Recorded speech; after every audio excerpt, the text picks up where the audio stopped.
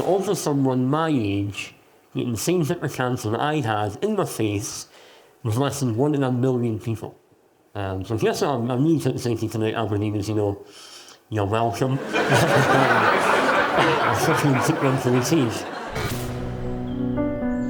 Life before my diagnosis was pretty normal, I would say. I just left school, I'd started uni, and was trying to work out where my life was going. I was diagnosed when I was 18. Starting off with noticing a lump on my cheek. Went to the GP and they thought it was a sinus infection. It was cancer, and I was pretty numb, like there was no reaction initially. It's not something that you expect to happen to you or someone you love. Pretty scary at 18 to sort of face your mortality so bluntly. I would have swapped places with him in a heartbeat. My treatment started with pretty intense chemotherapy. I had about 6.5 weeks of radiotherapy in the middle of that. And then I had pretty major surgery. They removed my right eye, my cheekbone, some teeth amongst other things. Aiden partway through his chemo, and I remember it like it was yesterday. He'd had such a rough ride, he'd been so ill, he'd lost so much weight. And he actually turned around one day and he went, I don't want to do this anymore. And I just remember the whole world going. I was told if I didn't have the surgery, I had 6 to 18 months tops.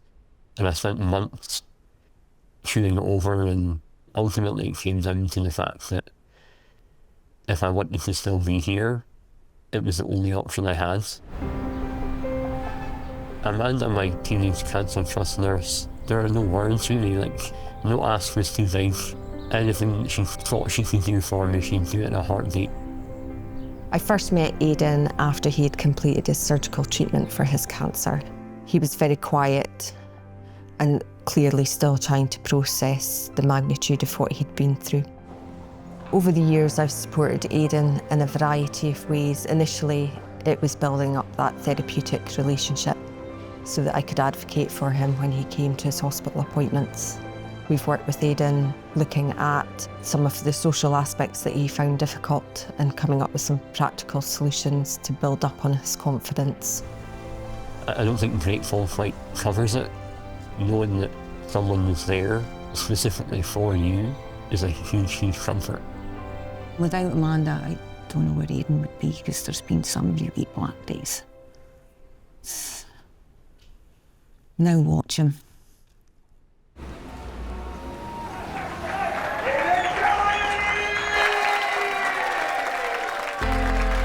The stand-up was something I'd always wanted to try, and I'd never really had the courage to do it. But after my surgery, I was literally laying in my hospital bed, recovering for 3 weeks, writing my first sort of 10 minutes for an open mic that I'd not even applied for yet. And the mentality was that if I can come through this, then what's the worst that can happen from trying? My name is Aiden Cowie, and for any of you wondering, that's Aiden with one eye. I was like, what are you doing, Aiden? As soon as I got that first laugh, it was like the best high you could ever imagine.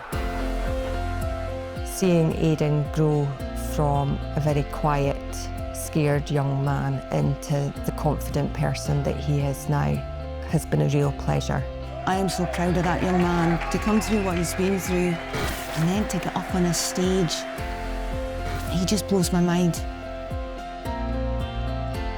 My diagnosis is almost a blessing in disguise, really. I think it really opens your eyes as to what's important. Like family, friends, just enjoying the time that you have, because even like tomorrow's not a guarantee. At the outset of Aiden's journey, I think we were told to enjoy Christmas, it could be our last one. To now have a son that's cancer-free against every odd going.